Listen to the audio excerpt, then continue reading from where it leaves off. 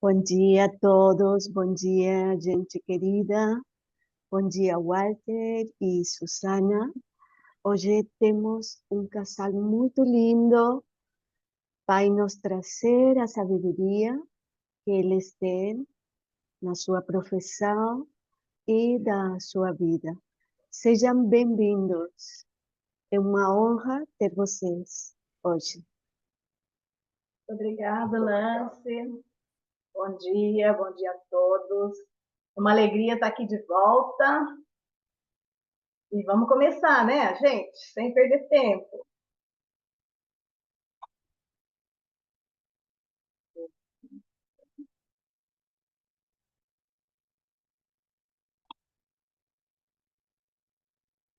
Bom, nosso viés desta vez, né, será o nosso bem-estar emocional.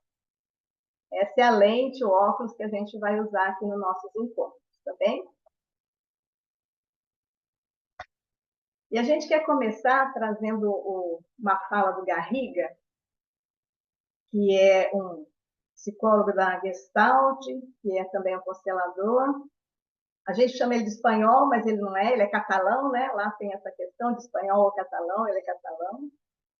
Mas o Garriga fala assim para a gente, ele fala, não, ele lembra, né? Que nossos anseios, nossas necessidades como ser humano é de amar e ser amado, de gozar de estabilidade afetiva, de sentir-se vinculado e pertencer, e, se possível, dar a vida ou servi-la ou cuidá-la de alguma maneira. As três primeiras, né, durante toda a nossa vida. Agora, essa última, de dar a vida, ou cuidar dela, ou servir, já é mais quando a gente vai ficando adulto, né? Quando a gente é criança, a gente está mais recebendo e ainda não está querendo muito partilhar. Mas, mesmo antes da gente pensar nisso, a gente vai ouvindo um monte de coisa sobre o que é ser mãe, sobre o que é ser pai, sobre o que é ter filhos, né? Então, eu não sei se hoje ainda alguém conhece, mas para gente que já tem uma certa estrada, né, já ouviu assim: ser mãe é padecer no paraíso. Ai, ai, ai. Filhos, né, dizia o Vinícius de Moraes, melhor não tê-los. Mas se não tê-los, como saber? Eles comem gilete, bebem shampoo. Ai, meu Deus! E agora? Ou vinha o Gibran e falava assim: vossos filhos não são vossos filhos, são filhos da ânsia da vida, né? Que eles vêm através de vós, mas não pertencem a vós. Eles vivam com vós, mas também não, vivem com a gente, mas também não pertencem, né? Então, mesmo antes da gente pensar em ser pai, ser mãe, né? A gente já tem um monte de coisa aí na cabeça sobre o que seria ser isso. E fora o que a gente observa lá no dia a dia, quando alguém lá da família engravida, né? Os comentários, as emoções, né? Tudo isso vai fazendo parte aí do nosso cotidiano. E aí chega o dia que a gente começa a pensar nessa possibilidade, né? Então, olhem essa figurinha aí. Quando eu olhei, eu tive uma impressão, quando o Walter olhou, ele teve outra impressão, né? Mas o que será que essa figurinha aí traz para a gente, né? Para mim, por exemplo, trouxe assim, parece que ainda não é um projeto conjunto, né? Porque eles não estão olhando os dois para ser goinha, né? Já o Walter percebeu uma outra coisa. Um quer ter um filho homem, o outro quer ter uma filha mulher, né? O pensamento do homem está mais distante e o da mulher está mais perto e mais robusto. Então, a mulher tem mais essa coisa de ser mãe, de colocar a vida adiante. E o pensamento do homem está um pouquinho mais para trás, da coisa que eu enxerguei. Mas aí cada um pode Cada um. enxergar, né? Várias coisas aí, né? Agora, dessa figura, né? Ela estava num blog e eu achei bem interessante porque ela trouxe algumas perguntas que a gente deveria se fazer antes de conceber. Então, seria o que a gente podia chamar de ter uma concepção consciente, né? E uma das perguntas que ela traz é se a vontade de ter filhos é do casal ou se é somente de um dos cônjuges. E também, se você sabe porque você deseja ser mãe, você sabe porque você deseja ser pai. E lembrando lá da nossa jornada anterior, a gente traz aqui, que ambiente nós podemos oferecer ao nosso filho? É um ambiente acolhedor, harmônico, ou de brigas entre os pais, repleto de problemas emocionais e financeiros? Eu tenho uma cliente aqui, né? E por incrível que pareça, assim, acho que ela não queria muito casar, não, porque todos os detalhes do casamento foram escolhidos pelo noivo, até a cor da toalha, da festa, a cor das flores, tal. E quando ele manifestou muito o desejo de ser pai, ela também não queria, ela não queria ser mãe naquela hora, não era o momento dela ser mãe. Ela ama o filho de paixão, ela não abre mão do filho, né? Mas não era o momento dela ser mãe. E isso aí desdobrou em bastante questões para o casal, né? Para o casal e para a família, para o menino também, né? Mas então, se o casal está nesse momento que acha, não, ó, nós dois queremos ser pais, nós estamos disponíveis para cuidar de alguém, né? O Tarso brincou com a gente uma vez lá atrás, não sei se ele lembra. Bom, todo casal, antes de ter um filho, devia ter um cachorro, né? Porque aí ele já deve se comprometer com cuidados, né? Alimentação, recolher a sujeira, levar para passear. Então, uma série de compromissos aí que podia treinar para ser pai, né? Então, se o casal está nesse momento, não, a gente quer, né, é o nosso momento, a gente está disponível para cuidar de alguém, né? Esse filho não vem para consertar nada, não vem para a gente não se separar porque nossa relação está ruim, né? Então, pode ser o momento. Mas tem uma coisa também que tem sido observada e que pode influenciar essa decisão aí, é que foi observado assim, em várias culturas, então, desde lá do Canadá até a Coreia do Sul, muitas pessoas falaram isso, né? De terem tido contato, muitos anos antes da concepção, com o bebê que seria o filho, né? E tanto podia ser muitos anos, como meses, como semanas, né? E eles até chegavam a realmente ver o rostinho em sonhos ou ter uma visão rápida do rostinho dessa criança. Só que eles achavam tão estranho isso que eles guardavam como segredo, né? Eles falavam, não, deve estar ficando louco, né? E agora, se alguém contasse para eles que isso tinha acontecido, daí eles tinham coragem de também contar que eles também tinham visto isso, né? Então, parece que muitas ocorrências dessas. Então, se é o pai que sonhou com essa criança, ou se é a mãe que sonhou com essa criança, realmente o outro cônjuge quer embarcar nessa jornada, nessa caminhada, né? É uma pergunta. Ou seria só o desejo de um pai ou de uma mãe, né? E isso a gente pode também transpor para a adoção, né, gente? Quando um casal vai adotar uma criança, é o desejo dos dois ou só de um? A gente também conhece exemplos de ser desejo só da mulher e o marido concordar, mas a coisa não dá muito certo, né? Porque ele realmente não tinha o desejo de adotar aquelas crianças, né? Mas, então, mesmo que tenha sido o contato de um dos pais, se o outro concorda, se é o momento dele também, se ele quer, que bom, vamos em frente, né? E aí, chega a hora, se a gente já viu, o casal está afim de ter um filho, é o momento.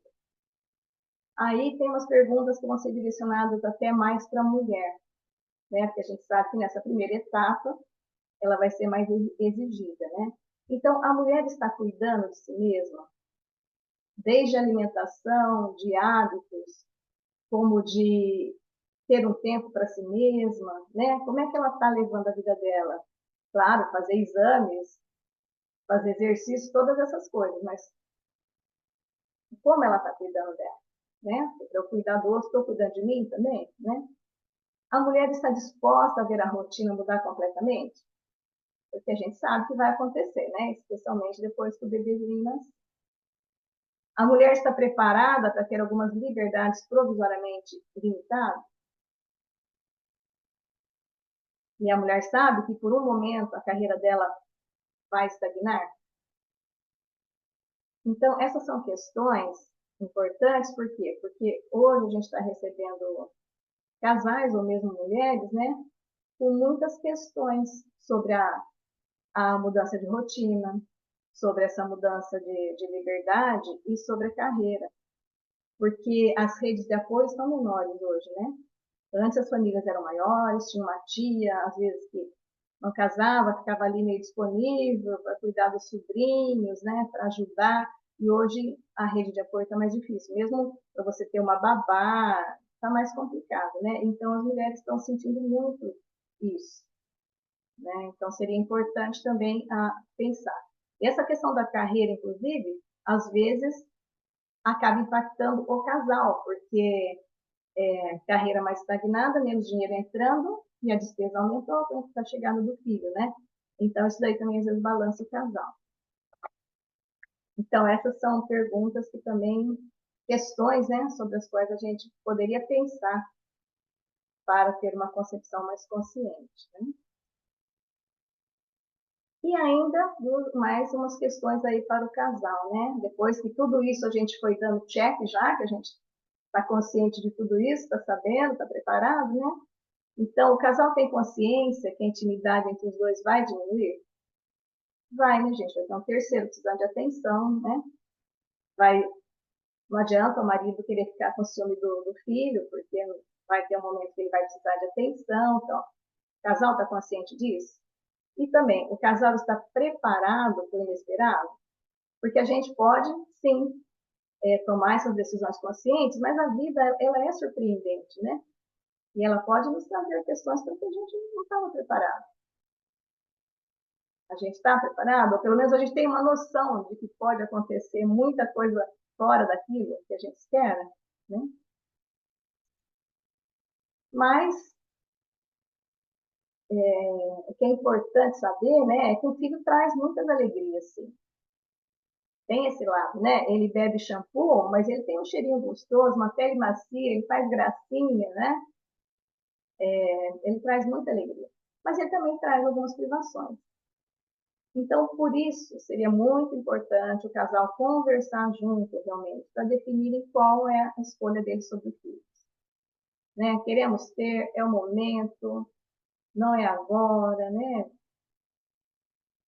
Fazer realmente um balanço aí da situação real e não se deixar levar tanto assim pela emoção, pelo rompante. Embora a gente saiba, né, que nesse quesito aí tem muito rompante, né? A questão do sexo, da sexualidade tem muito rompante também.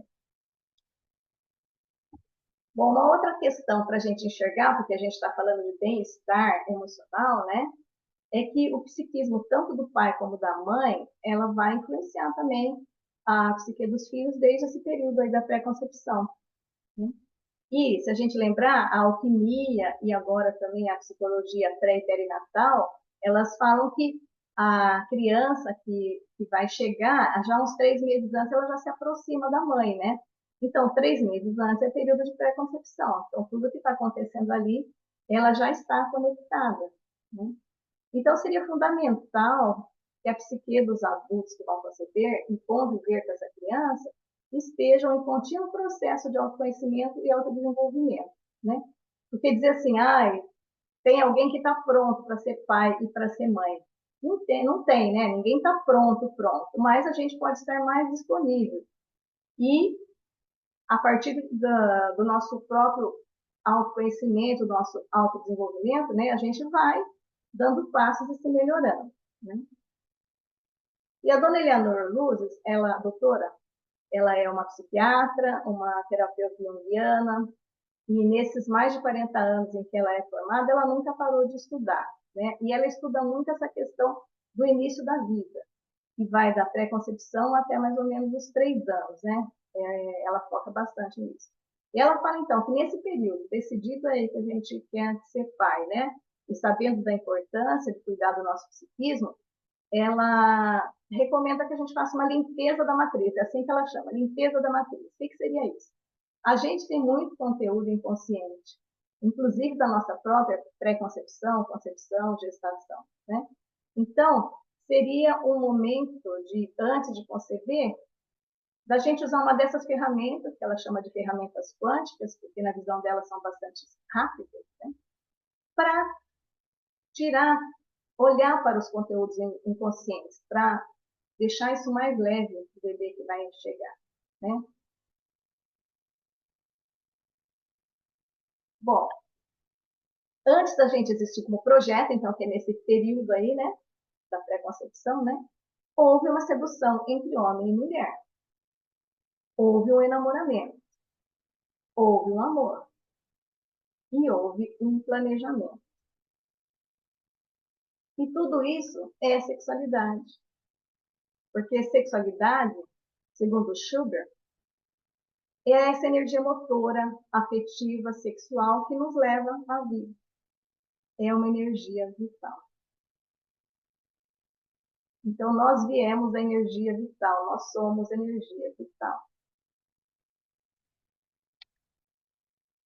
E a sexualidade inclui também, claro, o ato sexual, que é simultaneamente, segundo aqui o Hellinger apurou nas suas observações, né, a maior realização humana possível. É também o nosso ato mais humilde, porque nós estamos despidos, desprotegidos, vulneráveis. Eu não sei se alguém já se percebeu nesse momento. Eu confesso que já me percebi nesse momento. Nossa, que vulnerabilidade que entrega nesse momento. Né? É humildade. É, por outro lado, o nosso ato mais corajoso, porque ele é pesado de consequência e cheio de riscos. Então, tem o risco de uma doença, né, sexualmente transmissível, e tem, claro, que as consequências. E uma delas seria uma gravidez não desejada. O Hellinger fala também que o ato sexual traz um prazer inebriante seguido de um sofrimento amoroso. Bom, se o ato sexual é um ato de grande união, né, depois vai ter que ter a separação. Né? Pode ser nesse sentido. E o Schubert acrescenta, acho que é um obstetra, que o homem deixa um pouco dele com a mulher, né? Com a ejaculação, ele deixa um pouco dele com a mulher. Então, ele sai um pouco mais fraco, né? E a mulher fica com um pouco do homem, que fica uma memória para muito tempo, né? Bom, o ato sexual também está sintonizado com a ordem e a plenitude da vida. E ele toma-nos mais amplamente a serviço do mundo na sua totalidade. E também faz-nos conhecedores, sábios, humanos e grandes. O grande aqui, né, gente? Quem é grande? O grande é o adulto, né? Então, o ato sexual ele é um portal para a vida adulta. Não é uma questão de criança, né? Ou não deveria ser. Né? E realmente, quando a gente passa para esse portal, a gente conhece uma outra parte da vida que a gente ainda não conhecia até ali.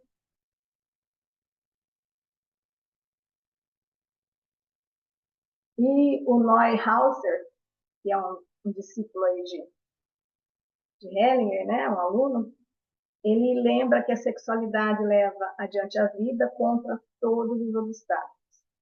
Então, nesse sentido, é maior que o amor. E tem uma grandeza especial quando consumada também. Então, a gente pode amar muito, mas só amando a gente não leva a vida adiante, né? Para levar a vida adiante, a gente precisa da sexualidade. E aí, finalmente, chegamos no momento da concepção. Essa gravura aqui é da Frida Kahlo, uma pintura dela, onde realmente ela representa a concepção, né? Por causa do grave acidente que ela nasceu, ela tinha desejo de ser mãe, mas ela nunca pôde ser mãe. E esse grande sol, então, é aqui o momento da concepção, como a Nancy trouxe ontem, né? Das chispas, né? Grandes chispas aqui. E olha quanta coisa envolvida, né? Quanta gente aqui envolvido nesse momento, quantas memórias, né? E não só familiares, como memória da humanidade, né? Porque coisas que nossos pais estão vivendo ali, mesmo sendo de fora, pode estar afetando emocionalmente, né? Então, são muitas influências aí que acontecem na concepção. Bom, o aparelho genital feminino é esse aqui, né? Então, vamos pensar. Estamos falando de concepção, então, propriamente dito. Então, o espermatozoide ele vai ser liberado mais ou menos por aqui, né?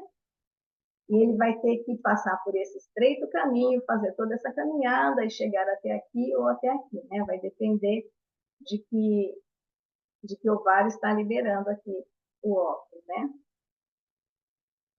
Então, assim, uma grande caminhada. Mas hoje está se falando assim um novo paradigma da concepção, e é um paradigma biológico mesmo, né? A Nancy, de certa forma, já falou disso também ontem.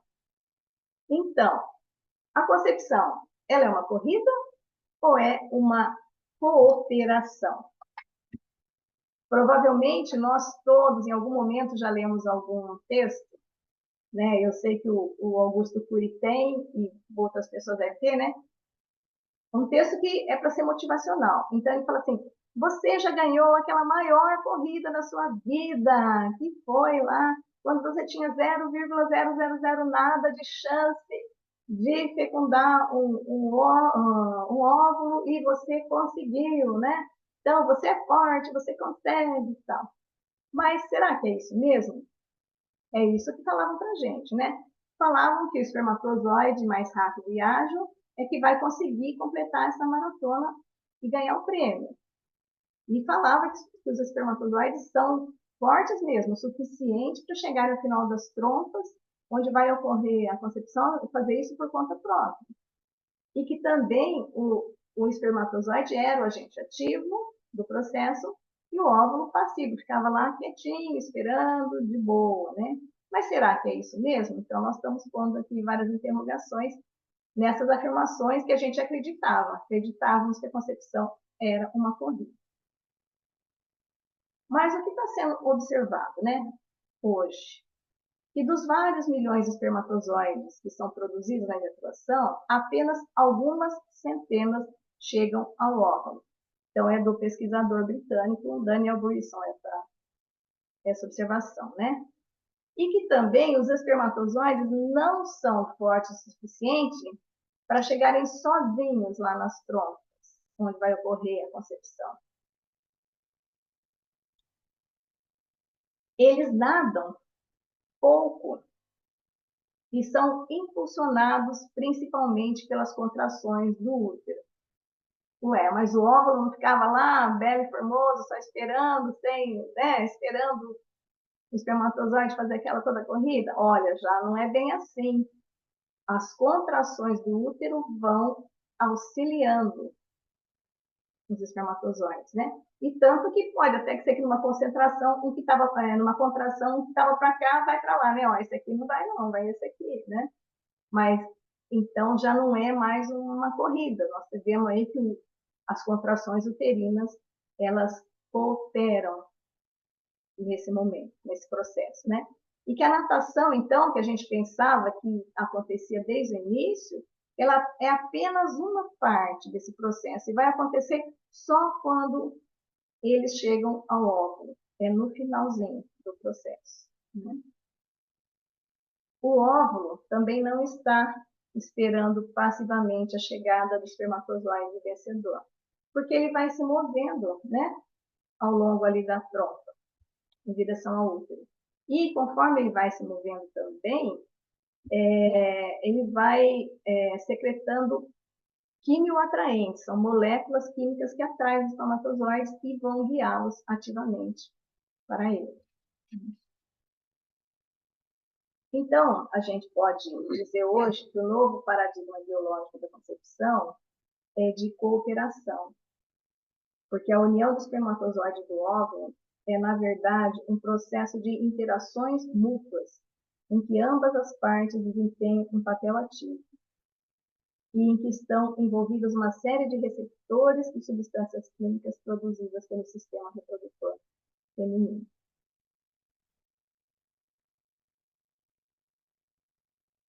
E agora, virando a lente um pouquinho mais aqui para o emocional, psíquico, né? Então, Jung foi o único a trazer à luz a importância do momento de concepção. Então, o doutor Eleanor fala único, mas vamos dizer, então, talvez o primeiro, né? Porque hoje mais pessoas estão falando nisso. E ele também percebeu que a criança não adoece. A criança se sacrifica para trazer para os pais o que aconteceu naquela idade com eles, para criar o recurso deles, os pais, tirarem aquele assunto do inconsciente e se tornar consciente. Com isso, a criança fica bem, pois não precisa mais estar fazendo sacrifício pelos pais. Então, por essa fala, a gente também vê que Bert Hellinger bebeu em Jung, né? E na biografia dele lá, ele fala realmente que bebeu lá em Jung. Bom, a concepção, então, nós podemos dizer que ela é um ato de amor a três, porque ela é um ato de amor dos pais um pelo outro e dos pais por essa criança. E é um momento em que, além do amor, precisa haver muita harmonia entre os dois, né? A psicologia pré e perinatal também já está falando nisso, né? Então, um momento em que, além do amor, precisa ter muita harmonia, precisa ter cuidado até com o que se fala, com o que se ingere durante ou antes ali, né? Para que exista a melhor condição de baixar o download do DNA. Porque o DNA é uma antena e um supercondutor orgânico. Então, ele vai se conectar com o que está acontecendo ali. Bom, a concepção consciente é um grande sonho da doutora Eleanor Luzes, essa psiquiatra e analista junguiana, né? E no coração dela, ela deseja que seja o sonho de todas as pessoas que queiram conceber nesse mundo. Ela percebe que se esse assunto fizer parte da educação dos adolescentes no mundo inteiro, será possível mudar o mundo em 3 gerações. Então, eu não sei se 40, 60 anos, né? Porque nós não teremos mais a necessidade de presídios e hospitais, segundo ela. Por quê? Porque quando o ser é bem recebido no mundo, é bem cuidado, ele vai adoecer menos, né? Embora ele faça isso pelos pais, mas se o pai já chegou de boa, o pai vai ter menos coisa, né? Para cuidar. Então, vai diminuindo as necessidades de hospital e de presídios, e vai diminuindo, que segundo ela, em 3 gerações não seria mais importante. Né? Mas o Schuber vai lembrar para a gente que falar de sexualidade com adolescentes ainda encontra barreiras, né? Embora lá o Osho, antes ainda de ser conhecido como Osho, ele falava assim, não, no Ocidente vocês falam de sexo porque o tabu de vocês é falar de morte, então vocês conseguem falar de sexo. E aqui no Oriente, a gente fala de morte porque o nosso tabu é falar de sexo. Então, embora possa haver aqui no Ocidente menos tabu para falar sobre sexo, mas ainda existe muito tabu. Né? Mesmo se a gente vê como foi com a gente falarem disso, ou como a gente falou com os filhos, né? A gente ainda vê que tem muitas questões. Mas, quando fala, inclusive, em falar disso numa escola, né? O René, ele é um psicólogo, ele faz isso nas escolas, então, muitos pais pensam, eita, peraí que o Walter mexeu aqui fora do... Bom, vai ficar sem slide, tá, gente? Mas eu vou continuar falando aqui.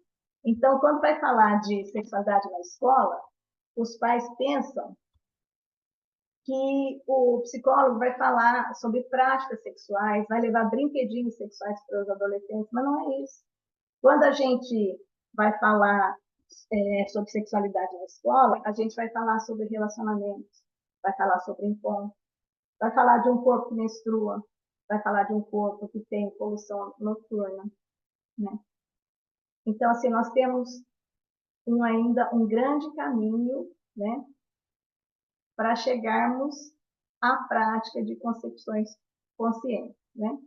E sempre lembrando que é um desejo, talvez do nosso coração, da nossa mente, né?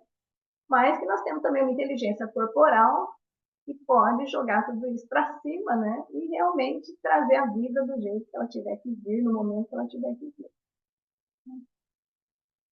Bom, para terminar o nosso encontro, que possivelmente aqui de nós, a maioria não foi uma concepção consciente, né? Na época que nós nascemos aqui, era o andar da vida, né? Casava-se, tinha filhos. Depois aqui veio a contracepção e muita coisa, né? E foi mudando. Mas então eu acredito que a maioria não foi uma concepção tão consciente. Nós aqui temos certeza que uma foi bem consciente, agora o resto veio porque a vida trouxe, né? Mas está tudo bem, porque quando chegou, foi amado também, né? Só não conseguiu receber na pré-concepção aquela sensação, nossa, realmente o pessoal está me querendo aí do lado dele, né? Então, acho que todos nós, ou a grande maioria de nós, está nessa situação, mas hoje a gente é grande, né? E a gente pode realmente assumir esse nosso papel de grande, de adulto. E a gente pode trazer para a gente mesmo esse amor que a gente pode até achar que está faltando, né? Então, eu vou convidar a gente para um pequeno movimento, é rápido.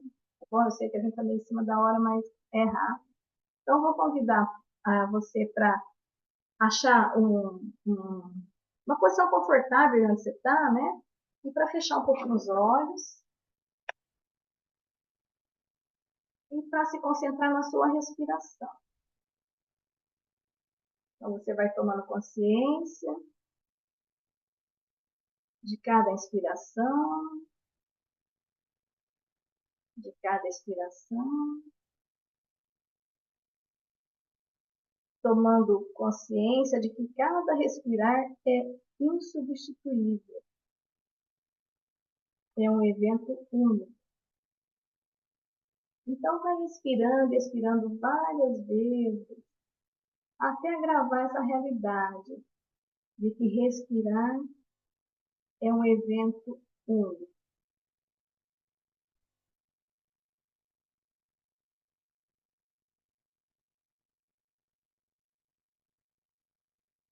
Agora, ainda com os olhos fechados, você junta as suas mãos, palma com palma.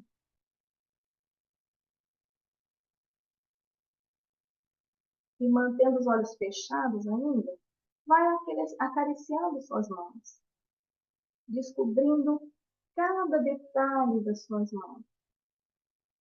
A palma, o dorso, os dedos. Descubra cada detalhe. E absorva o fato de que existe apenas um par de mãos iguais a essas em todo o universo.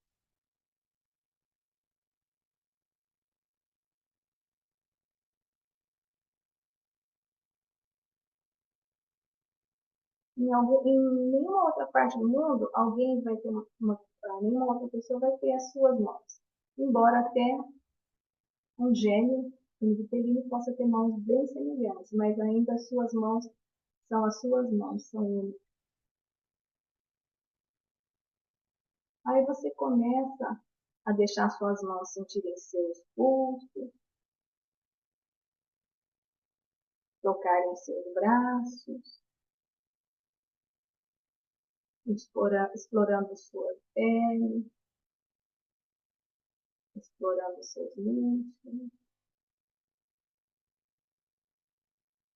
E permita que as suas mãos subam até os seus bíceps, até os seus ombros.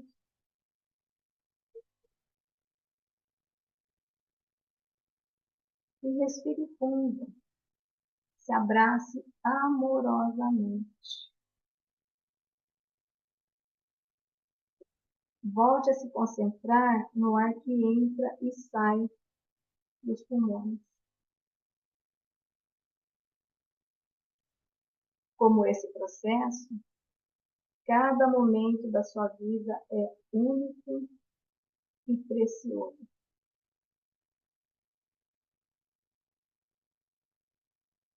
Diga a si mesmo, ou, se quiser em voz alta, eu me concedo o direito de existir e florescer. Eu sou importante.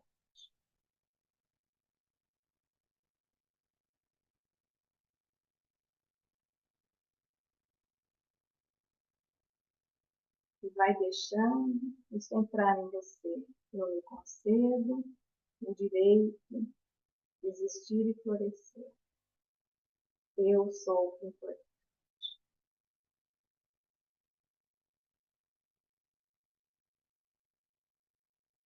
E quando você se sentir pronto, você inspire mais uma vez profundamente, comunicando essa convicção de autoestima para todo o seu corpo.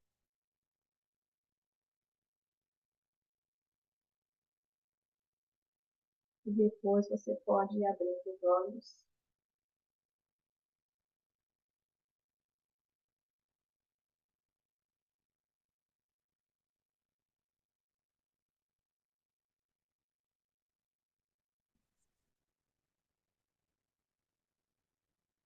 Gente, agora que eu estou vendo aqui que o som estava baixo, mas estava baixo para todo mundo ou só para alguns? Você, Tava bom. você pode só repetir, Suzana? Eu me concedo essa frase final, eu acho que depois eu posso colocá-la no grupo di- também. Eu me concedo o direito de existir e florescer. Eu sou importante. E agora abra os olhos e fale: Uhul! Uhul. Cheguei! Cheguei! Ai, gente, era isso que a gente tinha para partilhar hoje. Eu não sei se dá tempo de alguém falar alguma coisa.